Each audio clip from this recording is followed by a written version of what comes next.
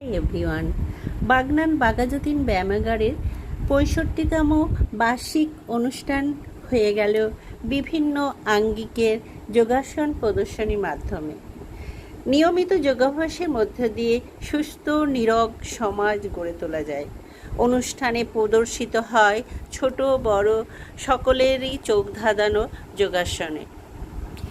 এই ব্যায়ামাগারে কনিষ্ঠ সদস্য অহম পারুই ছোট্ট অহম অনুষ্ঠানে অংশগ্রহণ করেছিল এবং ট্রফি পেয়ে ভীষণ খুশি।